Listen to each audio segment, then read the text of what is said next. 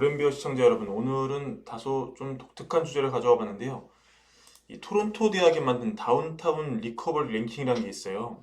코로나 때문에 많은 도시들이 망가진 다음에 망가진 이후에 이게 회복이 됐는지 여부를 보는 건데요. 보시면 이 솔트레이크 시티 여기가 139로 아주 좋습니다. 코로나 전보다 더 좋아진 건데요. 여기가 2002년 동계올림픽이 열린 곳인데 몰몬교 성지로 유명합니다. 멕시코 국경지대로 유명한 엘페소라는 곳이 있는데 여기서 국경을 넘으면 바로 이 우범 지역인 시우다드 후아레즈라는 곳이거든요.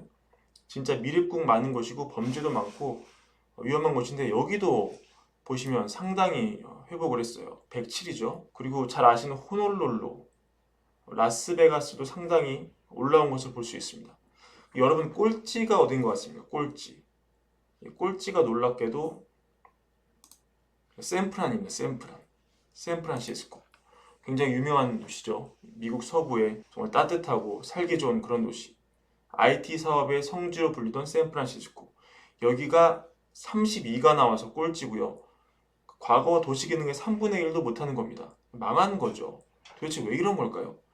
제가 정말 궁금해서 로 데이터를 한번 찾아봤는데요. 결과가 정말 충격적이었습니다. 이 데이터는 미국과 캐나다는 물론이고 로마, 런던, 파리 같은 유럽 대도시도 포함해서 뽑아놓은 결과인데 여기 세부적인 결과치를 봐도 이 샌프란이 꼴찌입니다. 꼴찌. 꼴찌 1등, 3등, 4등, 5등, 10등 이 톱 10 안에 무려 샌프란 세부 지역이 5곳이나 들어가 있는데요. 그러니까 종합 꼴찌를 했겠죠.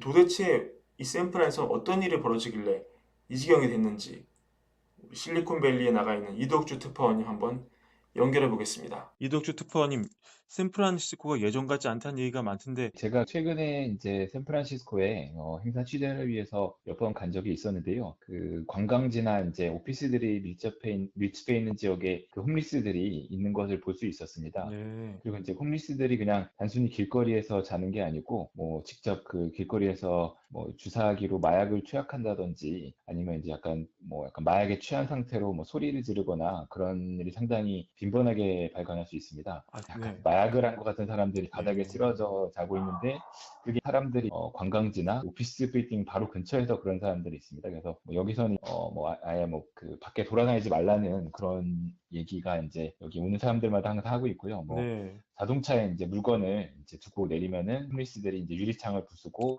이제 그런 일도 상당히 빈번하다고 들었습니다. 소수자에 대해서 상당히 친화적이기도 해서 항상 민주당 성향의 그 시장이나 이제 정치인들이 여기 이제 정치의 우위를 점하고 있는데 네. 그 현재 시장도 민주당 쪽 그 시장입니다. 근데 아무래도 그쪽 여기 뭐 진보 성향의 그 시장이다 보니까 이런 홈리스들을 좀 강하게 좀 내쫓거나 그런 거를 못하고 있다. 뭐 이게 샌프란시스코 내부에서도 이게 상당히 심각하다는 인식이 많아서 그 좀 정치를 좀 이렇게 바꿔야 된다. 그런 얘기가 많은 것으로 알고 있습니다. 실제 지금 샌프란시스코 상황은 심각하다고 하는데요. 샌프란은 과거 인터넷 장비 최고의 기업이었던 시스코를 배출한 이 시스코가 샌프란시스코에서 나옵니다. 샌프란시스코에서 뒤만 딴 거죠. 최고의 IT 유지였는데 이제는 샌프란을 근간으로 하는 세일즈포스닷컴의 대표 마크 베니오프조차 샌프란은 절대 과거로 돌아가지 못할 것이다. 이렇게 얘기합니다. 그는 한때 아름다웠던 이 샌프란시스코 시내는 지금은 버려진 도시, 좀비 아포칼립스가 됐다고 이렇게 극단적으로 얘기를 하는데요. 실제 샌프란의 사무실 공실률은 1분기에 24.8%, 4분의 1이 비어 있다는 거죠. 팬데믹 이전 수준보다 5배 이상 높았고요. 미국 상위 도시의 평균 공실률인 18.5%를 훨씬 상회하고 있다고 합니다. 구찌 매장은 무기를 든 강도의 침입을 받았고요. 유니언 스퀘어 근처, 시그니처 같은 곳이죠. 유니언 스퀘어 근처 코코 리퍼블릭. 이 매장은 올해를 끝으로 문을 닫을 예정입니다.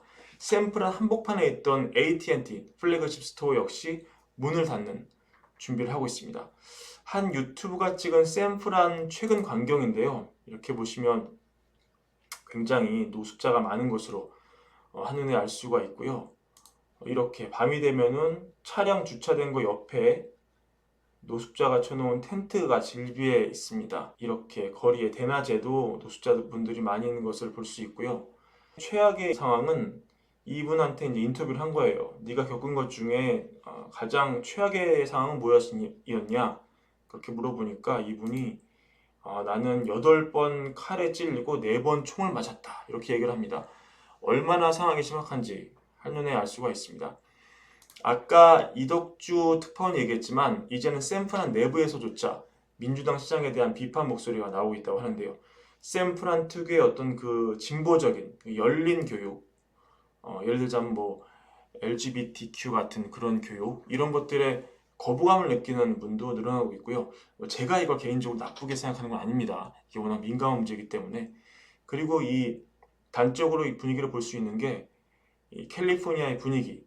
최근엔 이 AB 3하나 2하나 법안이라고 과거 노예로 끌려왔던 흑인들 이분들 후손에게 배상금을 뭐 최대 $10,000 정도 얘기가 나오고 있는데 $10,000 지급하는 주정부가요. 이런 법안 시행이 추진되고 있는데 최근 최종 보고서가 나왔습니다. 며칠 전에. 취지는 굉장히 좋죠. 이 국회의원들은 오늘날 캘리포니아에 존재하는 막대한 인종 불평등을 해결하기 위해 직접적이고 결정적인 조치를 취해야 한다. 태스크포스는 노예 혈통으로 보상 자격이 있는 사람, 미국 노예의 흑인 후손인 개인을 찾아서 과거 피해를 식별하고 미래의 피해 가능성을 예방할 책임이 있다. 이런 얘기인데요.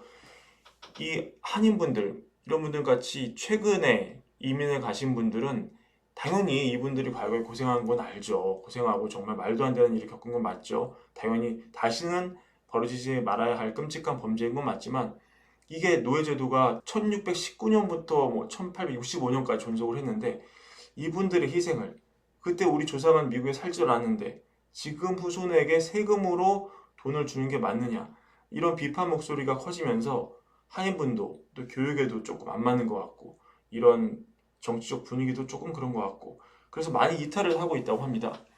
이 샌프란 포함 이 캘리포니아 전체의 어떤 정치적 분위기를 읽을 수 있는 그런 대표적인 사례라고 볼 수 있는데요. 과연 이런 분위기에서 과거 아름다웠던 샌프란시스코는 과거 모습을 회복할 수 있을지 좀 관심이 몰리고 있습니다. 오늘 브랜비어 시간은 조금 독특하게 샌프란에 대해 집중적으로 알아보는 그런 시간을 가져봤고요. 저는 다음 시간에 다시 새로운 콘텐츠로 찾아오겠습니다. 월가월부 구독과 좋아요 부탁드립니다. 감사합니다.